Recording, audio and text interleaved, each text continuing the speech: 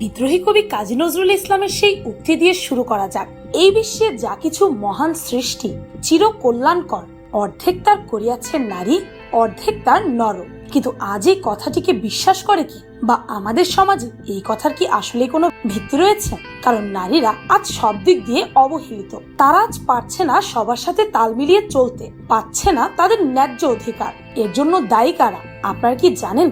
আমি মনে করি এর জন্য দায়ী তারা যারা আজ ঘর থেকে শুরু করে মাঠ পর্যায়ে, অফিস, আদালত, বিভিন্ন প্রতিষ্ঠানে মেয়েদেরকে ছোট করে দেখে। এটা আমাদের সমাজে প্রচলিত প্রথা হয়ে গেলেও বিশ্বের কিছু স্থান এখনো আছে যেখানে কেবল নারী শক্তিরই জয়ধ্বনি শোনা যায়, যেখানে মেয়েদের ছোট বা অযোগ্য হিসেবে দেখা হয় না। পুরুষেরাই নিষিদ্ধ সেই সমাজে।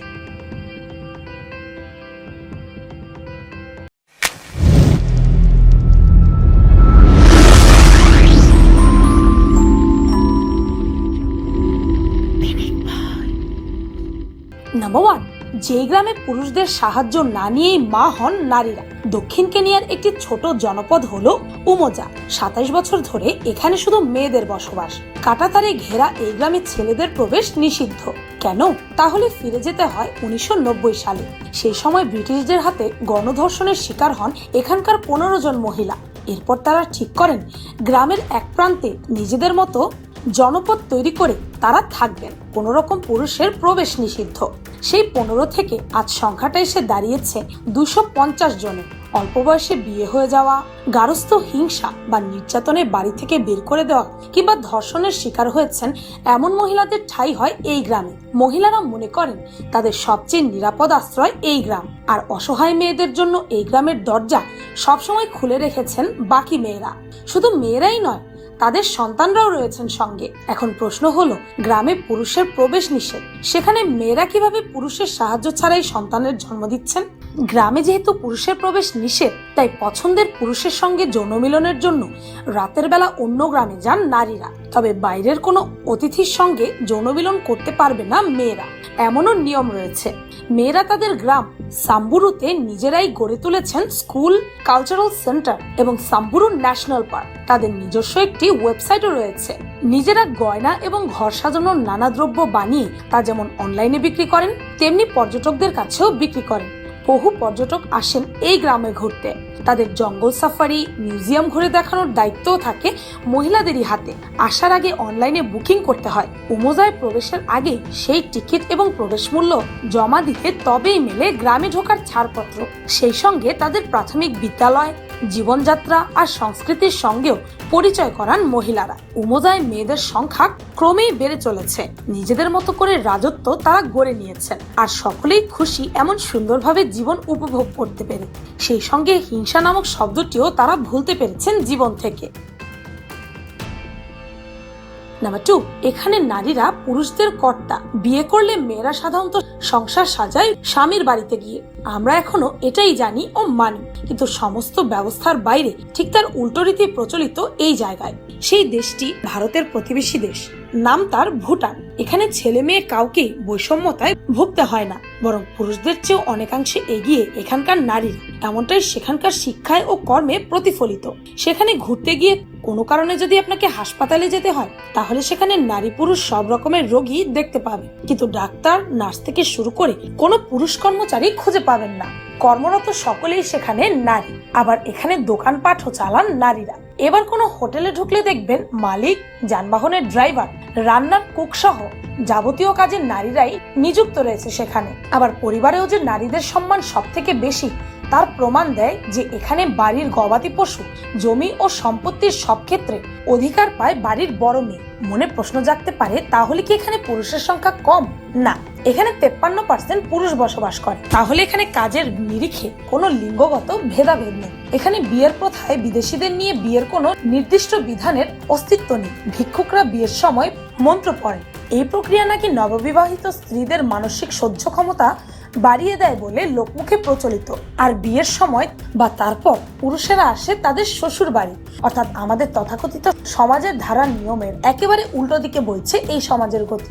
মেয়েদের আসতে হয় না শ্বশুর বাড়ি, তবে ছেলেটি পরবর্তীকালে যথেষ্ট অর্থ উপার্জন করতে পারলে মেয়েটিকে নিয়ে সে যেতে পারে নিজের বাড়ি বা অন্য কোথাও। নাম্বার 3, বৃদ্ধ ও তালাকপ্রাপ্ত মহিলাদের গ্রাম। মিশরের এই গ্রাম জুড়ে শুধু নারীদেরই বসবাস। অনুমতি নেই কোনো পুরুষ প্রবেশের। 3 শতাধিক নারী বসবাস করেন এখানে। কেউ কোনো পুরুষের সঙ্গে সম্পর্ক করতে চাইলে তাকে তৎক্ষণাৎ বের করে দেওয়া হয় গ্রাম থেকে। শুনতে অবাক লাগলেও এমন একটি গ্রাম রয়েছে মিশরে। সামাহা নামের গ্রামটিকে মিশর সরকার বরাদ্দ করেছে বৃদ্ধা, বিধবা এবং তালাকপ্রাপ্ত নারীদের জন্য। গ্রামটির অবস্থান দক্ষিণ মিশরের আওসান শহর থেকে 120 কিলোমিটার দূরে ইতফো নামক একটি ছোট্ট শহরে। গ্রামটির চারপাশে কৃষিভূমি। পশু পাখি পালন ও চাষাবাদ করে জীবন ধারণ করেন গ্রামের নারীরা। সৌদি গ্যাজেট জানান, গ্রামটির 303টি পরিবারে শুধু নারী ও মেয়ে শিশুর বাস। প্রত্যেক নারীকে একটি করে বাড়ি ও 1 খণ্ড করে জমি বরাদ্দ করে দেওয়া হয়েছে। বিভিন্ন আন্তর্জাতিক প্রকল্প ও সংগঠনের পক্ষ থেকে তাদের গৃহ সামগ্রী ও কৃষি উপকরণ সরবরাহ করা হয়। তাদের স্বল্পমেয়াদী ঋণও দেওয়া হয় কৃষিকাজের জন্য। গ্রামের প্রধান তত্ত্বাবধানকারী হামদি আলকাশেফ বলেন, গ্রামের প্রকল্পটি শুরু হয় 1998 সালে। সে সময় কৃষি মন্ত্রণালয় শুধু তালাকপ্রাপ্ত ও বিধবা নারীদের জন্য 2টি গ্রাম বরাদ্দ করার সিদ্ধান্ত নেয়। Number 4, Guadeloupe island. ফ্রান্সের এই গুয়াডেলুপ আইল্যান্ডে যদি আপনি কখনো গিয়ে থাকেন তাহলে সেখানে গেলে আশেপাশে কেবল মেয়ে আর মেয়েই দেখতে পাবেন। এখানকার পার্ক, রেস্টুরেন্ট, বার যেদিকেই তাকান না কেন মহিলাদেরকেই দেখতে পাবেন। এখানে জনসংখ্যার অর্ধেক সংখ্যাই নারী। এখানে নারীরা এতটাই সুন্দর হয়ে থাকে যে আপনি চাইলেও তাদের থেকে চোখ সরাতে পারবেন না। এখানে পুরুষদের সংখ্যা এতই কম, দেখে মনে হবে যেন এখানে পুরুষ নেই বললেই চলে। এটি পৃথিবীর একমাত্র দেশ নয় যেখানে মহিলাদের সংখ্যা বেশি, বরং চীনের বেলারুস এবং এস্টোনিয়াতেও মহিলাদের সংখ্যা বেশি এবং তাদের প্রাধান্য অনেক বেশি একজন পুরুষের চাইতে। নাম্বার 5, কেরালা রাজ্য। ভারতকে বলা হয়ে থাকে সবচেয়ে জনবহুল দেশ, যেখানে মানুষের কোনো কমতি নেই। এখানে মানুষের সংখ্যা এত বেশি যে আপনার পা ফেলা জায়গা পাওয়া কঠিন। কিন্তু এরকম একটা দেশের মেয়েদের বিয়ের জন্য ছেলে খুঁজে পাওয়া যাচ্ছে না। শুনলে কি আপনি বিশ্বাস করবেন? নিশ্চয়ই না। কিন্তু ভারতের কেরালা নামক রাজ্যের অবস্থা এমন যে এখানে বিবাহযোগ্য মেয়ের অভাব নেই, কিন্তু বিবাহযোগ্য পুরুষের খুবই অভাব। কেরালার জনসংখ্যা প্রায় 3,84,00,000 লাখ। তার মধ্যে 28 লাখ মেয়ে রয়েছে যাদেরকে অন্য রাজ্যে বিয়ের জন্য যেতে হবে। আপনি যদি কখনো কেরালা যান তাহলে সেখানকার জনসংখ্যায় পুরুষদের তুলনায় মেয়েদেরকেই বেশি দেখতে পাবেন। নাম্বার 6, লাতভিয়া। ইউরোপের সবচেয়ে সুন্দর দেশ হিসাবে লাতভিয়াকে গণ্য করা হয়ে থাকে। সবচেয়ে বেশি নারীদের সংখ্যার হারের দিক থেকেও এই দেশ এগিয়ে আছে।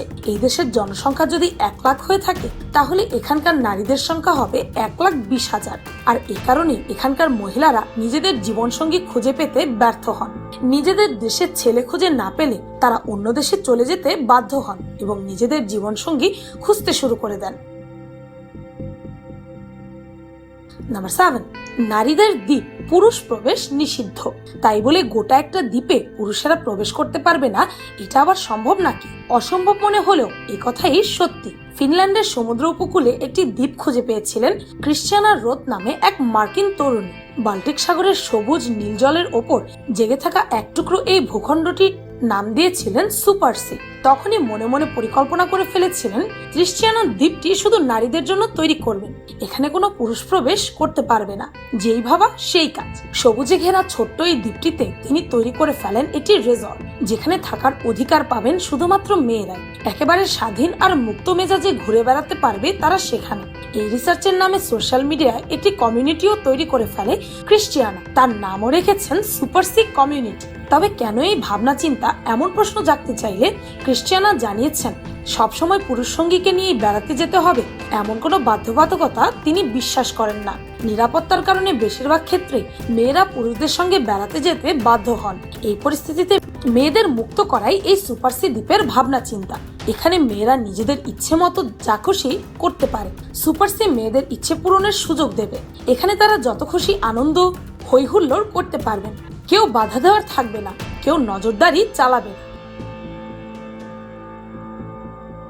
নাম্বার 8, নৈভাজো কর্ডেরিও। এটি এমন একটি গ্রাম যেখানে শুধু সুন্দরী মহিলারাই বাস করেন। কোনো পুরুষ এই গ্রামের বাসিন্দা নন। তবে এই প্রথমবার যুবতীরা পুরুষদের এই গ্রামে আসতে আহ্বান জানিয়েছেন। অনেক যুবতী বিয়ে করতে চাইলেও গ্রাম ছেড়ে যেতে চায় না। তাই তারা এমন সঙ্গী খোঁজে যারা এই শর্তে রাজি হবেন। দক্ষিণ পূর্ব ব্রাজিলের নেওয়াজে কর্ডেরিয়া গ্রাম, যে একটি মিথে পরিণত হয়েছে। গ্রামের বাসিন্দা 600-এরও বেশি যুবতী, কয়েকজন মহিলা বিবাহিত, তবে তারা এই গ্রাম ছেড়ে যাননি। সপ্তাহ শেষে 2 দিনের জন্য তাদের স্বামী গ্রামে আসে। যে কোনো বয়সের নারীর জন্য নিজের 2 বাহু উন্মুক্ত রেখেছে এই গ্রাম।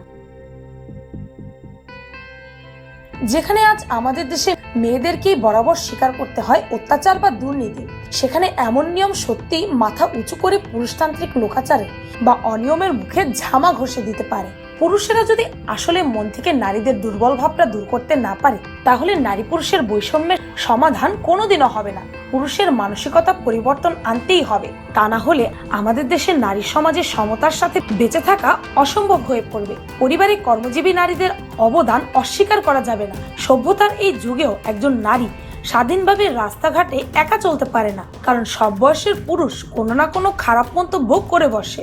আমি এই মানসিকতার পরিবর্তনের কথা বলছি। আমরা সমতার কথা বলি, দৃষ্টিভঙ্গি পরিবর্তন করি, তা না হলে কিভাবে সমতা আসবে? আসলে পুরুষেরা নিজেদের বদলাতে না পারলে একটা সুষ্ঠু পরিবেশ তৈরি হবে না। শুধু পুরুষেরাই কেন, নারীরাও যদি এটা না ভাবতে পারে যে তারা কোনো দিক থেকে পুরুষের থেকে কম নয়, তাহলেও পরিবর্তন কখনোই আসবে না। ভিডিওটি ভালো লাগলে আপনার ফ্রেন্ডস এন্ড ফ্যামিলির সাথে শেয়ার করতে পারেন। আর পিনিক চ্যানেলটিকে সাবস্ক্রাইব করে বেল আইকনে অল নোটিফিকেশনস অন করতে ভুলবেন না যেন। শুধুমাত্র এভাবেই পিনিক প্রতিটি ভিডিওর নোটিফিকেশন আপনার কাছে পৌঁছে যাবে। আমি ফাল্গুনি, আজকের মতো পর্যন্তই। দেখা হচ্ছে পরের ভিডিও।